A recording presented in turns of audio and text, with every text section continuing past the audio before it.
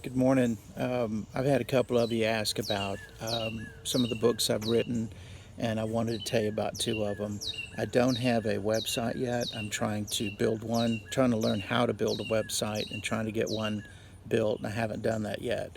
But I did want to show you, I have several books that are available on Amazon.com.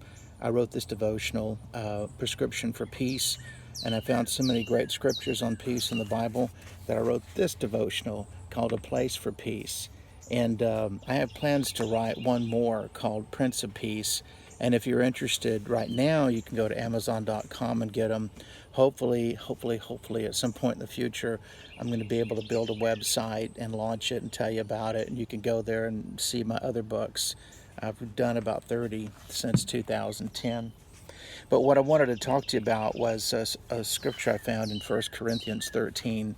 And I normally don't come straight from the Bible, but this pertains to a lot of inner healing that I do talk about.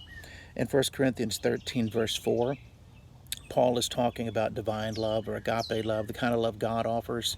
And he says, love endures with patience and serenity. Love is kind and thoughtful. It's not jealous or envious. Love does not brag, and it's not proud or arrogant. Love is not rude. It's not self-seeking. It is not provoked. It doesn't take into account a wrong that it has endured.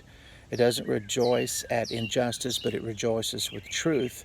And love bears all things, believes all things, hopes all things, and endures all things. Love never fails. And what I want you to do is give yourself a report card. Take love out of those verses and stick your name in and say it out loud and ask yourself if it applies to you. Steve endures with patience and serenity. Steve is kind and thoughtful. Steve is not jealous or envious. Steve does not brag, and he's not proud or arrogant. And I got to stop right there and talk to God about me.